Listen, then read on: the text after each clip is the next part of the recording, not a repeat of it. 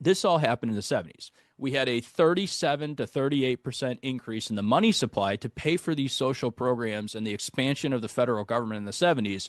All of a sudden, Arthur Burns became Fed chair, and we had this massive run up in inflation. He raised interest rates temporarily to deal with it. He cut way too soon. And it wasn't until the 80s when Paul Volcker became Fed chair and then Ronald Reagan eventually became president that we had to go from cut interest rates to raise to 19%.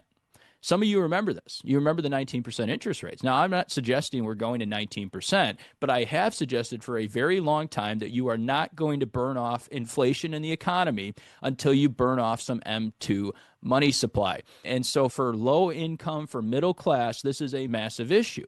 If you look at wages now, the past couple of years under the previous administration, wages started to stagnate. They still are stagnant this year. But at the same time, you've got wealthy people. You've got the top 1%, you got the top 10% that literally aren't affected by these higher interest rates at all. Very little. In fact, they have stockpiles of cash now on their balance sheets that are paying risk-free 4% interest. A lot of people now in this country are making more just in interest than most middle-class families make in earned income.